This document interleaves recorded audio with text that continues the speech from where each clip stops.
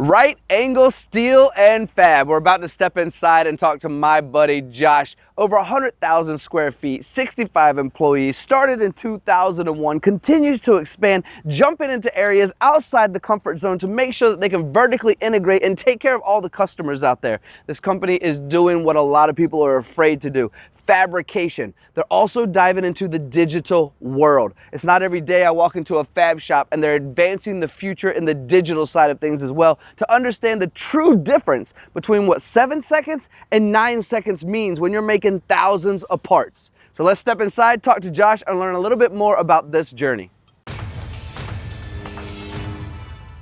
Josh, how are you, brother? Good. Oh, man, thanks for allowing us to come inside and do some filming. It's not every day I get to come into a fab shop, you know. My ears start ringing, but I like it a lot. I like seeing metal get bent, moved, manipulated. I'm a CNC guy by trade, but coming into a fab shop like yours, thank you so much. Yeah.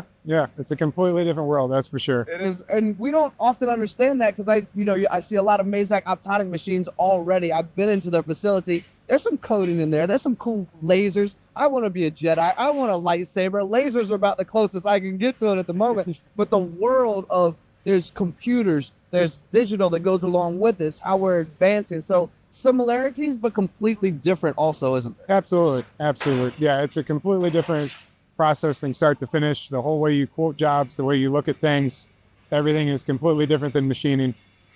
Josh, we are going to dive into that, brother, because I want to know more about those differences. You've been doing this for a little while. Your father, I believe, started the business. You've taken over, you've expanded, you've had the courage to dive into areas that weren't previously being done. And fabrication became, and I had to yank you out of your office earlier today because you were so busy, which is a good thing. Yep. If you had one message, Josh, that you wanted the whole world to know before we show them millions of dollars of equipment that you've invested in, what's that one message you want the world to know about you? Indefatigable efforts.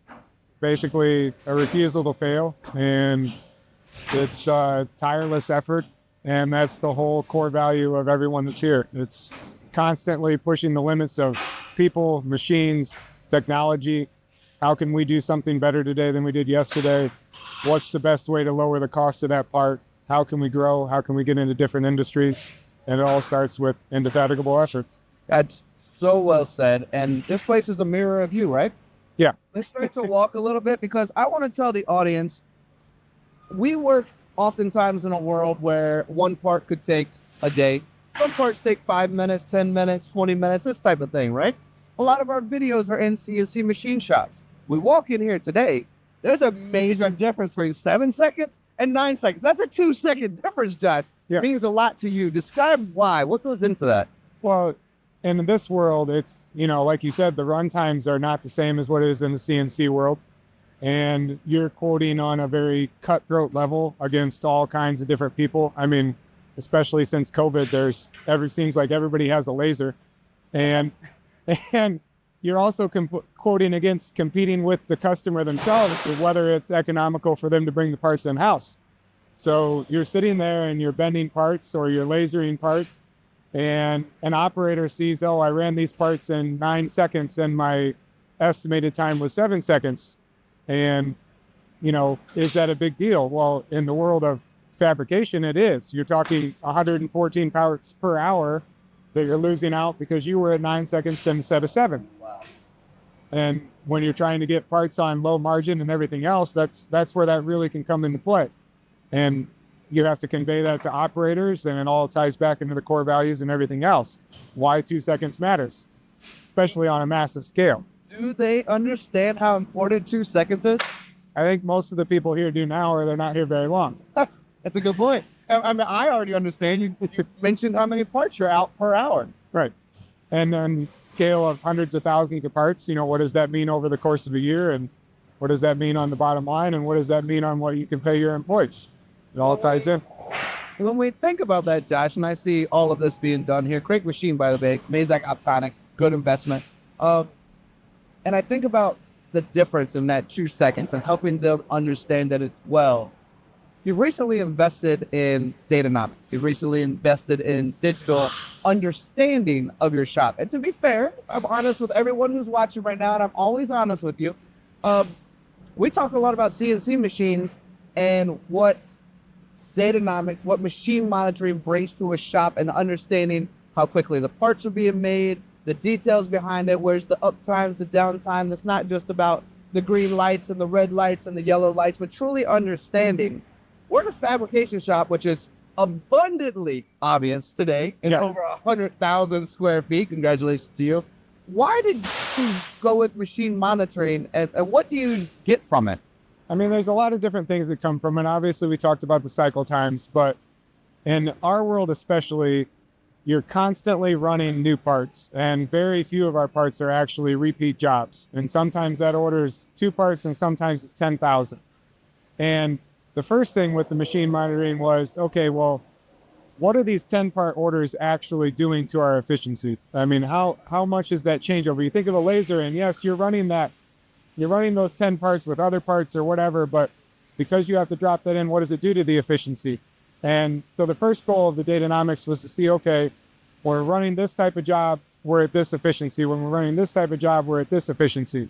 And obviously you need to be paid for that. I mean, otherwise it's dead money that you're losing when you're running this 10-piece order. But you have all kinds of orders like that come in. So looking at the efficiencies, and then obviously we touched on the cycle times, but not only being able to sit here and say, okay, well, this part runs in an average of 15 seconds. Well, if you have 100,000 parts, but being able to sit there and say, okay, last night you averaged 15 seconds, but you also had 100 parts that were at 45 seconds. Why? Yeah. Does the operator need more training? Do you have a material issue? Like, it starts that question of where's the core issue that we need to solve to not have the anomaly, so that you're consistently at 15 seconds or all the time at 15 seconds. Absolutely great. But I mean, those were the 2 main drivers, was cycle time and that. We've also been able to use it for things like experimenting with schedules, as far as how many shifts to run during the day, how many hours the operators work during the day, and being able to have the raw data of saying, okay, if we schedule people this way, we have this many uptime hours. If we schedule people this way, we have this many uptime hours, and where's the cost benefit of what you have to pay those people? And those conversations all started from being able to see in real time with accurate data of when is that machine actually running and what is it doing when it's not. Shit. You put some thought into this. I could tell you have put, that's wisdom of someone who sounds like they've been doing this for a decade at this point, but it's semi-new still. You're still getting to play the game of how Datanomix can benefit you in the shop, right? Yeah. And you're actually looking toward the future of making 65 people, what you have right now, look more like 200 or 300 people. Is that kind of your mindset as well? Yeah, we like you said, you had to pull me out of the office this morning, and I did. We have a very lean mentality. I mean, I want the people on the floor to be the ones making the money, and the more overhead you have, obviously, the less you have to pay the people that are on the floor. And I have a true core belief in manufacturing is what actually makes the world go around.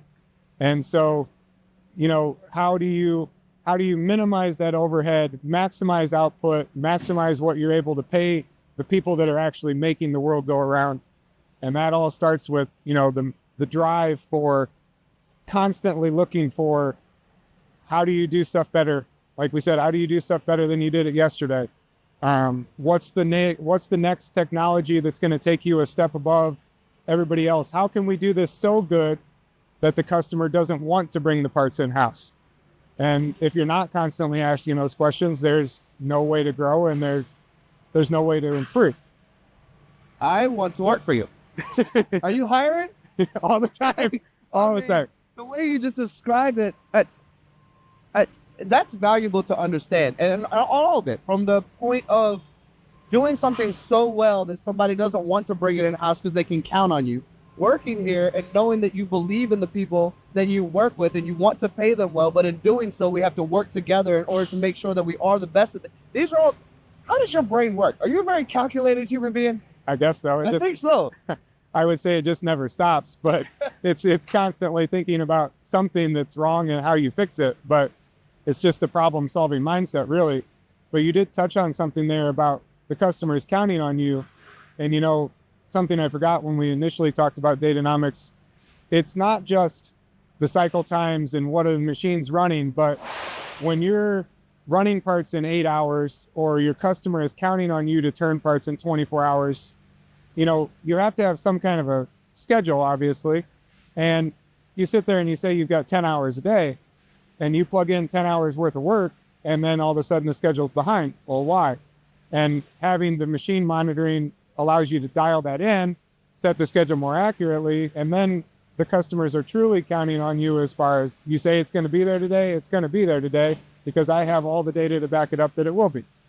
What did it look like before you had those answers? Because you seem like you probably were using Excel.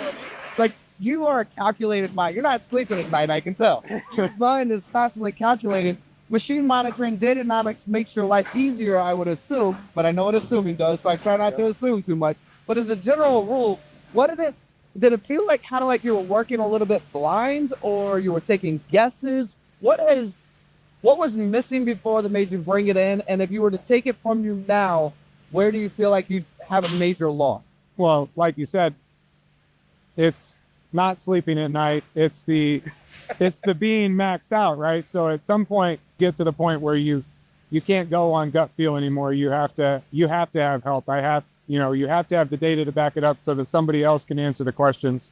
And it all goes into those expansion plans and everything else. And how do you get these answers without hiring 4 more people in the office as overhead to do that, to get the information to the guys on the floor, so that you're cutting out essentially a middleman, because the information coming right from the shop, going right to the customer, and you don't have to deal with your salesperson or your customer service rep. And that's a lot of it. I mean, now you start to take away those things, and then it all falls back on 1 or 2 people to answer all the questions. And so that's the main driver, is it's kind of like, how do you franchise it? Yeah. That's what you're doing. Well, something I can tell about you, Josh, as I look around and see all of these machines, and I know this area over here, you manipulated the metal or shaking, is somewhat new to you, but you are courageous. You are brave. You are jumping into aspects that you know need to be done. I think that's important for someone to step out of the comfort zone and say, we need this, the customers need this. We're going to figure out how to make it work. So, although I like to be a dreamer myself, you seem like a very practical man. So instead of saying in a dream situation, I'm just going to ask you, what does the future look like for you guys? You're going to predict next 5-10 years for everyone who might be considering looking for a new fabrication shop to work with that's out there right now. What does the future look like? I mean, a completely integrated shop from quote process all the way through the ERP system, to double checking the quote process with your machine monitoring stuff, to, I hope, a world where the customer submits the order, they get back a lead time to within an hour of accuracy of when that part's going to actually finish. And that's done as soon as the order hits the books. It's there and the customer sees it. And I mean, you continue to add on the press brakes, the tube lasers, and previously it was all basically customer driven of, well, if you're going to laser parts, we need you to bend. If you're going to do this, then you have to weld. And so the customer continues to add demands, you adapt, you find a way to do this stuff for the customers. And now it's more, what do we do good and what can we do next? It's more open, I guess. And I guess, there's a lot of different things that we could get into, but we definitely love cutting metal. So we'll see you on a podcast so we can get into all those details as well. Right? Exactly. I have 2 more questions. We'll finish up this amazing interview. Again, thank you for allowing us in. Look, one question, which I'm sure you know, if I'm a customer out there and I'm looking for someone to partner with, how can I get in touch with you? Do I come knock on your front door? Do I come visit your shop? Is there a website? Where should I come see you? Yeah, the website's a good place to start. And submitting the initial, hey, we have these parts, can you help us? But I mean, we also deal with people that we need these in a week, and we're going to just stop by with a sample because we don't have a print or a CAD file. Can you make this parts? Yeah. And so we do with anything in between. But yeah, the website's a good place to start. Great. The last question I have is, when we were over there, you said something that touched my heart. You said, I want the world to understand how important these machinists are, that we make everything around us. This is important to me. This is important to you. This is a simple one. Can I give you a hug, man? That touched my heart. Can we conclude this with a hug? Sure. Oh. All right, my friend Josh, thank you so much for allowing us to come in. Thank you all for joining us. This is my buddy, Josh. you want to learn more, visit the website. I mean, millions and millions of dollars, 65 employees and growing here in Indiana. If you want to know more, this is your guy. Thank you so much for watching. We'll see you again soon. Thank you.